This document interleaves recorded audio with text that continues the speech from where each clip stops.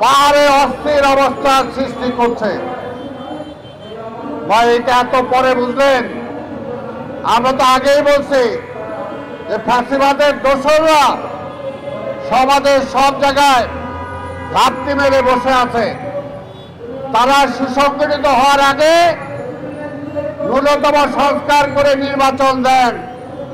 তখন তো বলছেন খালি নির্বাচন দেওয়ার জন্য এই সরকার আসে নাই,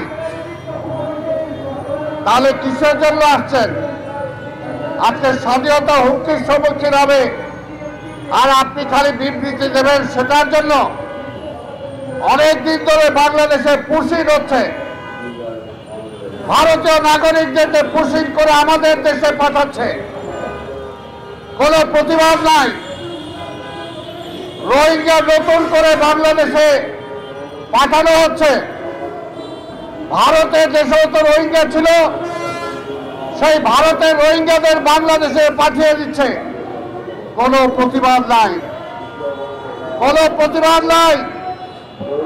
আজকে আমাদের স্বাধীনতা সার্বভৌমত্বের বিরুদ্ধে পরিষ্কারভাবে হুমকি দিচ্ছে। আমাদের পার্বত্য চট্টগ্রামকে নিয়ে দীর্ঘদিন ধরে যে ষড়যন্ত্র, এই ষড়যন্ত্রের বিরুদ্ধে আবার আমরা নতুন করে দেখতে পাচ্ছি। সেটার বিরুদ্ধে এই সরকার তেমন কোনো ভূমিকা নিতে পারে নাই, খালি কথা বলেন, অনেকেই সমালোচনা করেন।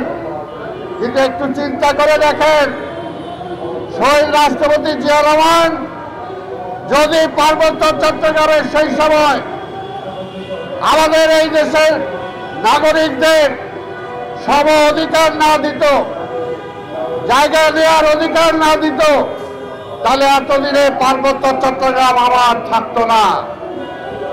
তাই বলতে চাই, দেশের মধ্যে দেশ হয় না, দেশের মধ্যে দেশ হয় না।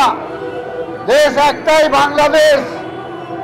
বাংলাদেশের প্রতিটি নাগরিকের পাহাড়িদের যে অধিকার আছে, আমারও পাহাড়িদের ঢাকা শহরে ফ্ল্যাট কেনার অধিকার থাকলে, জায়গায় কেনার অধিকার থাকলে, তাই যারা নিজেরা এই শেখ হাসিনা প্রতিটি জায়গায় আমার দেশকে ধ্বংসের দ্বার প্রান্তে নিয়ে দাঁড় করিয়েছে।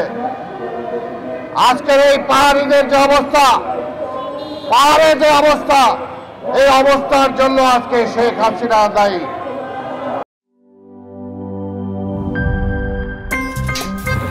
আমার একটা স্মার্ট সিদ্ধান্তে 25% গ্যাসের খরচ কমেছে। ভাবছেন কিভাবে?